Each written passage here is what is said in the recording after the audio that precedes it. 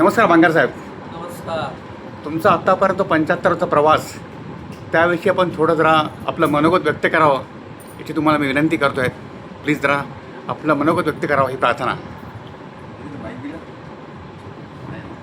माझा 75 वर्षाचा हा प्रवास एकदम सुखरूप झालेला आहे, समाधानी सुखरूप झालेला आहे.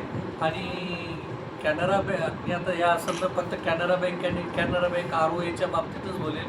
CBROAने आज माझा हा जो सत्काराचा कार्यक्रम ठेवला, मला फार आनंद झाला त्याच्या संदर्भात.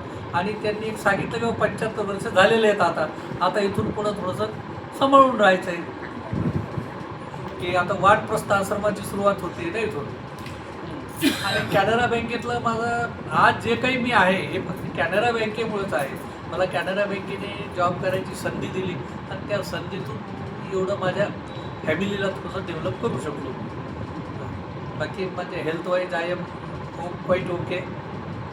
एक जरा अजून एक प्रश्न विचारायचा आहे. आम्ही जे तुमचे सहकारी आहोत, आम्ही जे तुमचे मित्र आहोत, तर तुमच्या या निरोगी दीर्घायुष्याचं रहस्य जर आपण कोण सांगावं. निरोगी रहस्य म्हणजे काही नाही, थोडंसं आध्यात्मिक मला आवड जास्त आहे, आध्यात्मिक असल्यामुळे. त्याच्यामुळं ते थोडंसं म्हणजे काय की थोडंसं कसं जगायचं, कसं मनावर जास्त त्रास नाही घ्यायचा, टेन्शन नाही घ्यायचं, या बाबतीत थोडा अभ्यास केल्यामुळं थोडं फरक पडतो असं आहे.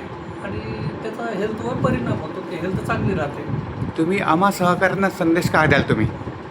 मी एक म्हणेल की भगवद्गीतेचं थोडंसं तुम्ही त्याला फॉलो करायला पाहिजे. आतापर्यंत तर आपल्याला वेळ मिळाला नाही असं आहे. आता वेळ आहे तर आपण अवश्य ते भगवद्गीतेवरती प्रवचन ऐकावं, भगवद्गीता वाचून त्याच्यातून घ्यावं. त्याच्यामध्ये फार चांगलं सांगितलेलं आहे की मनावर कसा ताबा मिळवायचा. आणि हे मन जर चांगलं असलं की शरीर ॲटोमॅटिक चांगलं राहतं. गीतेतला एखादा श्लोक सांगा ना. यदा यदा हि धर्मस्य ग्लानिर्भवति भारत अभ्युत्थानमधर्मस्य तदात्मानं सृजामि परित्राणाय साधूनां विनाशाय च दुष्कृतां धर्मसंस्थापनार्थाय संभवामि युगे. जय श्रीकृष्ण, जय योगेश्वर. श्रीकृष्ण, जय